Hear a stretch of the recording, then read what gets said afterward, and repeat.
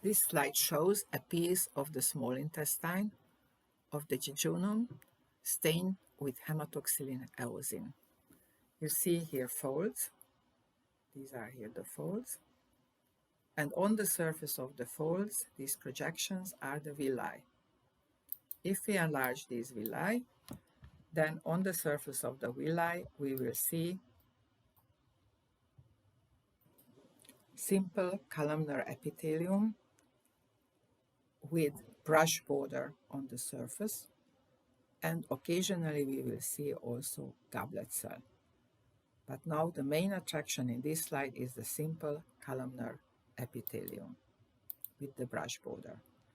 What is a simple columnar epithelium? All cells are in contact with the basement membrane, and practically all cells reach also the surface, where the explicit villi on the surface, microvilli.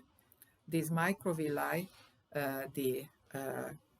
together all microvilli, which are covered with the glycocalyx, we call them the brush border on the surface.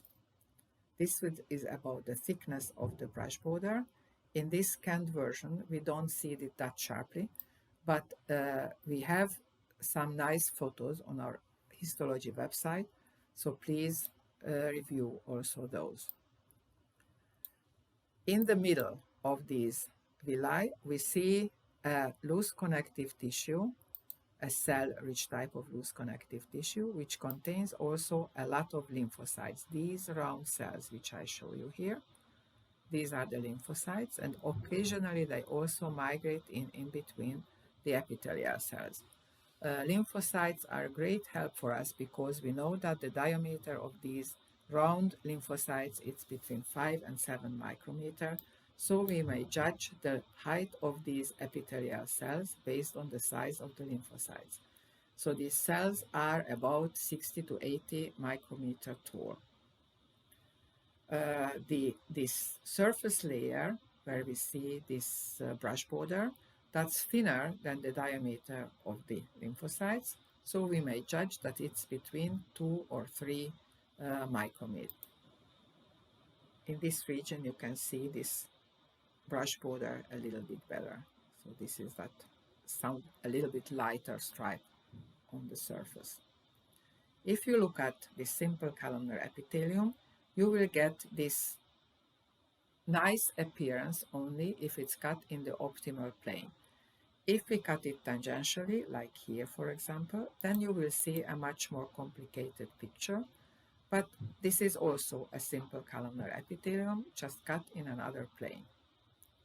In the case of the simple columnar epithelium in the villi, the cells multiply here in the crypts of Leverkusen, and they migrate slowly upwards. So in these territories where the epithelium looks truly nice and simple, we don't have cell multiplication. The cells, the goblet cells, are unicellular intraepithelial glands, like these balls with the triangular shaped nuclei here under them. We will see in other preparations these cells later. In the middle of the folds, we have also a loose connective tissue. Embedded into this loose connective tissue, we have blood vessels, like here, for example, an artery, and there a vein. This loose connective tissue in the middle of the folds is not as cell-rich as the one that we saw in the middle of the villi. Occasionally, we see aggregations of lymphocytes, like here, for example. This is here a lymphatic follicle. What other tissues do we have yet here? On the border between the connective tissue and the surface layer of the jejunum, the mucous membrane, here along this line where I'm showing it with the pointer, there you have a few